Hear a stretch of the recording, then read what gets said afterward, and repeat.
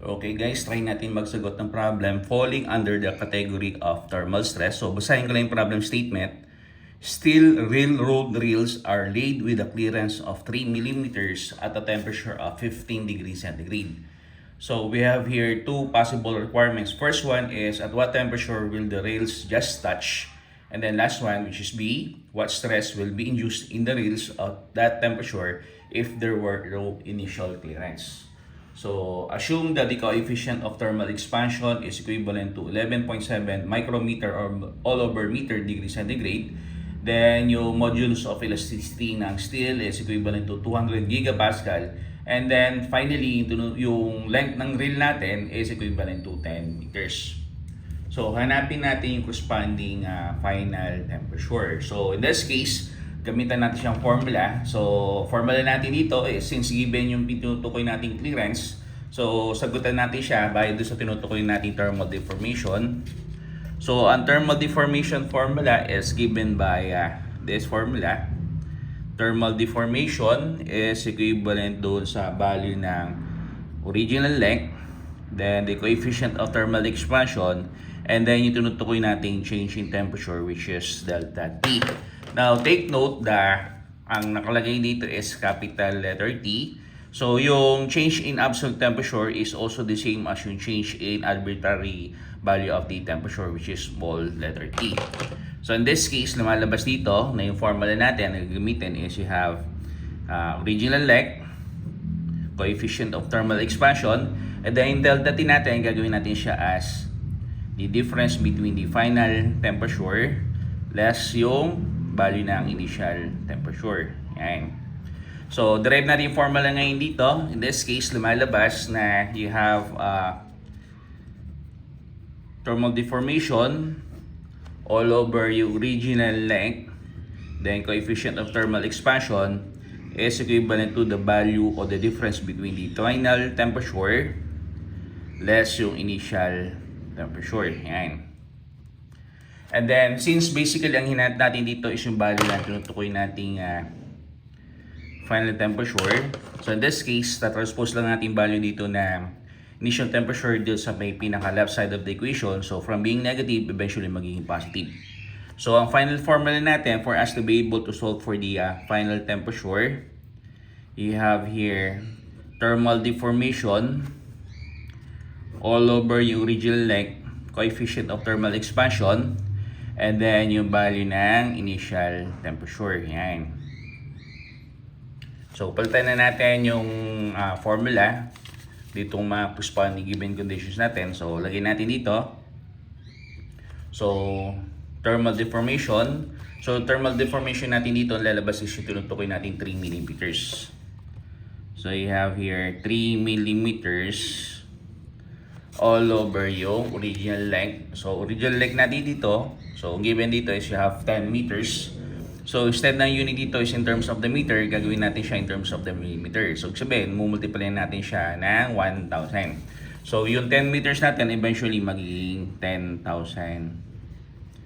millimeter. And then, yung tinutukoy nating coefficient of thermal expansion, ang value niya is you have 11.7 micrometer all over meter degree centigrade. So, pag sinabi nating micro, ang exponential power niya is you have negative 6. So, 11.7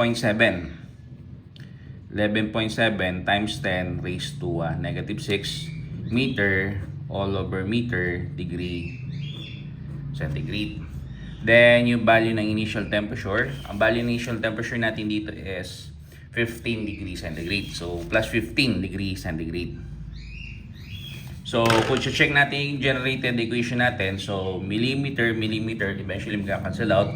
So, meter sa meter. So, papasin natin, meron tayo dito unit na 1 all over degree centigrade, or eventually unit natin dito sa left side of the equation is in terms of the degree centigrade. So, i-add natin siya sa value ng degree centigrade which is at 15 degrees centigrade. So, final temperature natin dito will be listed kung saan ang corresponding unit niya is in terms of the degree centigrade value. So, tabulate natin. So, calculate lang natin siya. So, lalabas you have 3 divided by 10,000 divided by 11.7 exponential power of negative 6. So, plus 15 degrees centigrade So, ulitin ko ulit. So, 3 divided by 10,000. Yan. Divided by 11.7 exponential power of negative 6. Plus, you have 15 degrees centigrade. So, ang value niya is you have 40.641. So, 40.641 degrees centigrade. So, 40.641 degrees centigrade, yun value natin ng final temperature. So, lagay lang natin na yung value ng final temperature na hinahanap natin base dito sa problem statement is you have 40.641 degree centigrade. Ayan. So, yung next requirement natin is what stress will be induced in the rails at that temperature supposedly if there were no initial clearance. So, ayan. So, tingnan natin. So, para sa susunod natin requirement, lumalabas yung thermal stress na formula natin is equivalent to yung value ng E, then coefficient of thermal expansion, and then change in temperature. So in this case, lumalabas yung modulus of elasticity natin is at a value of 200 gigapascal.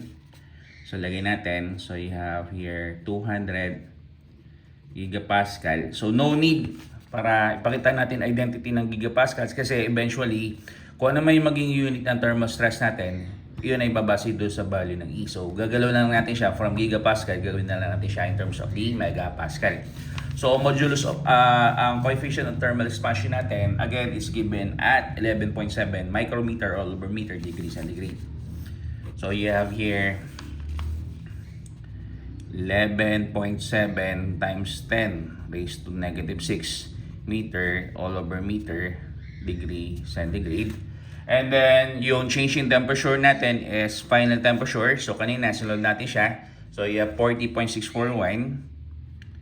So, 40.641 less yung value ng initial temperature natin which is at 15 degrees centigrade. So, minus 15 degrees centigrade. Minus 15 degrees centigrade. So, kung simplify natin yung equation para makita lang natin yung corresponding unit. So, in this case, meter over meter, degree centigrade, degree centigrade. So, in this case, ang final unit natin dito would be expressed in terms of the gigapascal. So, tabulate natin siya. So, pakita lang natin. So, you have 200 multiplied by 11.7 exponential power of negative 6 times 40.641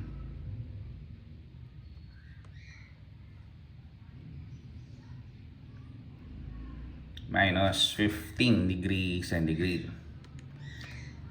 So, lalabas dito na value siya 0.059999. So, ulit lang natin. Yung value niya is you have 0.059999 in units of the gigapascal. So, in this case, ang gagawin lang natin dito is convert lang natin siya. So, mas malaki yung gigapascal sa megapascal by around 1,000. So, gagalaw lang natin siya ng 3 decimal places. So, you have 1, 2, and then 3. So, in this case, kung yung thermal stress natin, express natin siya in terms of the megapascal, you have 59.9999 megapascal. So, 59.999 megapascal. So, in this case, yung value niya is almost equivalent to you have 60 megapascal. So, yung thermal stress natin, kung saan subjected yung tunutukoy nating steel load reels is equivalent to 60 megapascal. Ayan. So, ito po yung solution natin for this particular problem statement.